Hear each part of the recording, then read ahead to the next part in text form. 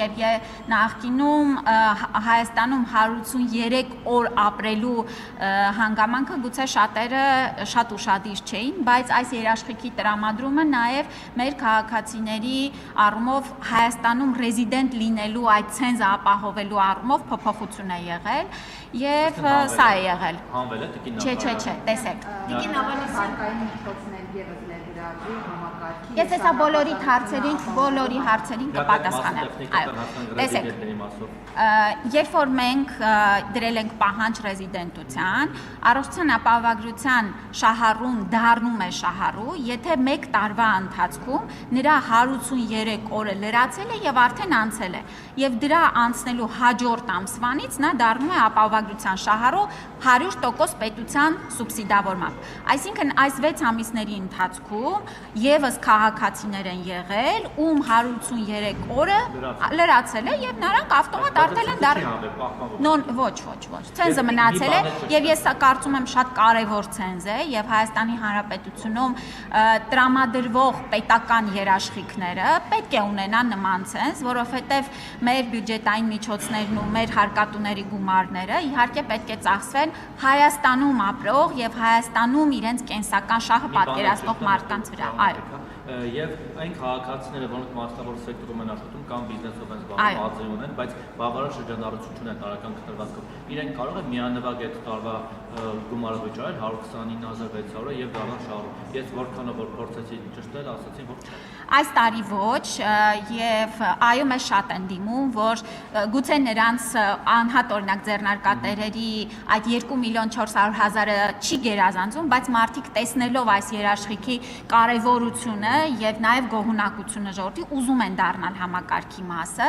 Այս առումով պետք է նշեմ, որ պիտի սպասենք 27 թվականի հունվարի 1-ին եւ 27 թվականի հունվարի 1-ից օրենքի նաեւ մյուս հատվածը, որը վերաբերվում էր բոլոր աշխատավարձ ստացողներին եւ նաեւ անհատ ձեռնարկատերերին, արդեն անկախ շրջանառության չափից կմտնեն ապահովագրության համակարգ, բայց ես ուզում եմ նշել, որ մենք նաեւ շատ հետաքրքիր դրական տենդենց ունենք մարդկանց 200,000-ից ավել աշխատավարձ ստացողների, շահառուների խումբն է մեծացել, սա էլ կարևոր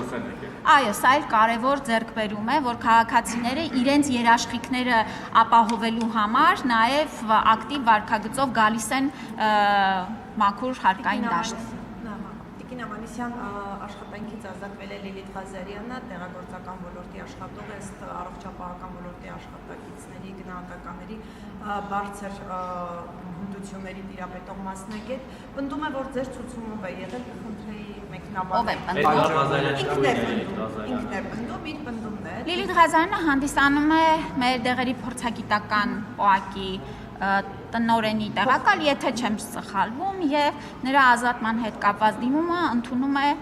որոշումը ընդունել է ղեկավարը։ Իսկ ինչ վերաբերվում է այդ մանիպուլյացիաներին, եթե դրանք իրականություն լինեին, Լիլիթ Ղազարյանը կազատվեր 5-6 տարի առաջ։ Այսինքն դուք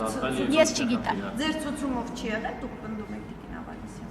Հարգելիներս, ես ցուցումներ եւ հանձնարարականներ տալիս եմ, եւ ես այս պահին էլ ասեցի, որ տնօրենի որոշմամբ իրականացվել է հաստիկների փոփոխություն եւ ազատումներ։ Ես նկատի ունեմ դուք կապում եք իր ազատման հետ։ Ես չկա մի բան, որ կապ չունենամ իմ համակարգում կատարվող։ Այսինքն դուք եք հորդորել, որ հեռանա։ Ես ոչ մեկին ոչինչ չեմ հորդորել, մենք իրականացնում ենք ամեն Դե եթե թողեք, որ պատասխանեմ, ես ընդհանուր առմամբ մեր բոլոր պետական բժշկական կենտրոնների, պոակների, կադրային քաղաքականության ընդհանուր գծերն են որոշում եւ ասեցի, տեղի է ունեցել հաստիկների փոփոխություն, իսկ թե որ հաստիկում ով է մնալու, դա իրականացրել է որոշումը։ Ինչու է հեռացվել։ Դե չգիտեմ, հարցրեք։ Դուք կարծես թե չերկեցիք, որ ցուցումը դուք եք տվել, այսինքն կամ կապ ունեք այդ ամեն ինչը, այսինքն ձեր իմացությամբ եղել, ոնց եք ձևակերպեք։ Ինչու օրինակ, որն է հիմք հանդիսացել, եթե Լիլիթ Ղազարյանից գոհ են համակարգում եւ որևէ լուրջ խնդիր չի առաջացել։ Լիլիթ Ղազարյանի գոհ լինելու հանգամանքը կապված է նրա գործատուի հետ։ Եվ նորից եմ կրկնում, բավական է քաղաքական մանիպուլյացիաներով զբաղվել, ինչի մեծ փորձ ունի պարոն Ղազարյանը։ Եթե Հարգելիներս, կթողեք պատասխանեմ։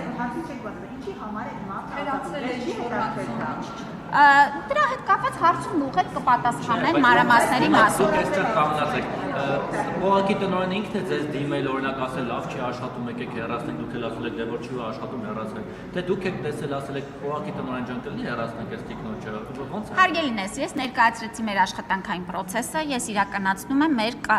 ուրեմն կենտրոնների ընդհանուր կադրային քաղաքականությունը, մասնավոր հարցերի հետ կապված դիմեք կպատասխանեմ։ Այն որ դուք բարձրաբանում չեք ներկայացնում, արդեն չի նշանակում, որ այստեղ ինչ որ մի բան այն չի եւ գուցե այդ մասնագետի պնդումը համապատասխանում է իրականությանը։ Հարգելիներս, Էության հիմնավորումներ չեք ներկայացնում եւ դա թույլ է տալիս կարծել, որ գուցե նրա պնդումները իսկապես կապ ունեն իրականության հետ։ Ինչ իրականություն։ Ես կրկնում եմ ձեզ, եթե քաղաքական որևէ հեռացում լիներ, դա կիրականացվեր 5 տարի առաջ եւ 5 տարիների ընթացքում պարոն Ղազարյանը այս ընթացքում հնարավոր բոլոր նրա գործունեությունը ճիշտ ասած քաղաքական դժվար է գնահատել, այլ ուղիղ, չգիտեմ,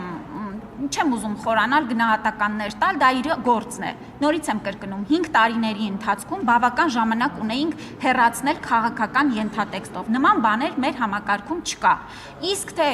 այս 17000 եւ ընդհանուր առմամբ մեր համակարգում ցանկացած անձ ամեն օր էլ ընդունվում եւ ազատվում է աշխատանքից, այսքանը։ Դուք համաձայն եք այն գնահատականների հետ, որ նա լավ մասնագետ է, թե համաձայն չեք։ Դուք ինչպես եք գնահատում իր աշխատանքը։ Ես նրա աշխատանքային գնահատման մասով չեմ ուզում ավել բան ասել։ Բայց ոչինչ չեք ասել։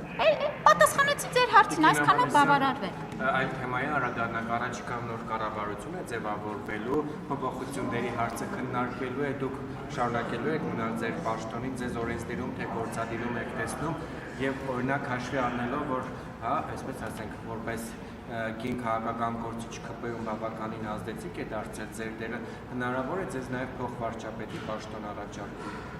Ես իհարկե ինձ ավելի շատ տեսնում եմ գործադիր մարմնում եւ ես շատ սիրում եմ իմ աշխատանքը եւ իհարկե ունեմ ցանկություն շարունակել առողջապահության նախարարի պաշտոնավարումը։ Կարծում եմ կաբինետի վերաբերյալ վարչապետը ինքը կներկայացնի, ես ներկայացնում եմ իմ ցանկությունը եւ իմ այսպես որտեղ ինձ ավելի շատ տեսնում։ Վարկային միջոցներ ներգրավել են համակարգի շարունակականություն ապահովում, որտեղ մենք գիտենք 102 միլիարդ դրամից վերցրել է, երբ որ համակարգը ներդրել է։ 102 միլիարդ չէ, 102 միլիոն դոլար համաշխարհային բանկի ծրագիրն է, որը ընդհանուր առմամբ բյուջետային վարկ է, դա տալիս է բյուջեին, բայց որոշակի առողջապահական համակարգում ինդիկատորների բավարարման պարագայում։ Սա շատ կարևոր ձևաչափ է վարկային միջոցների ընդգրկման։ Բայց այս պահին ես ձեզ ներկայացրեցի, թե ինչումն է եղել ավելացումը։ Ես պատրաստվում եմ առաջիկայում նաև առողջության համընդհանուր ապահովագրության հիմնադրամի աշխատանքների 6-ամսյա շրջափուլը ամփոփել։ Ես կարծում եմ այն ձեռքբերումներն ու կարևորագույն ինստիտուցիոնալ կայացումը, որ ունեցել ենք, անհրաժեշտ է հանրությանը նաև ներկայացնել։ Իհարկե ես պարբերաբար խոսում եմ, ներկայացնում եմ ինչու ենք իրականացնում դիմելիության եւ այլ մի առումով, բայց 6-ամսյա շրջափուլը բավական արդեն կարևոր է եւ թույլ է տալիս նաեւ գնահատականներ տալ եւ հասկանալ ինչ է մեզ սպասվում ապագայում։ Հաջորդ շաբաթվա ընթացքում ես մանրամասն բրիֆինգի ձևով կհրավիրեմ այս թեմային անդրադառնալու։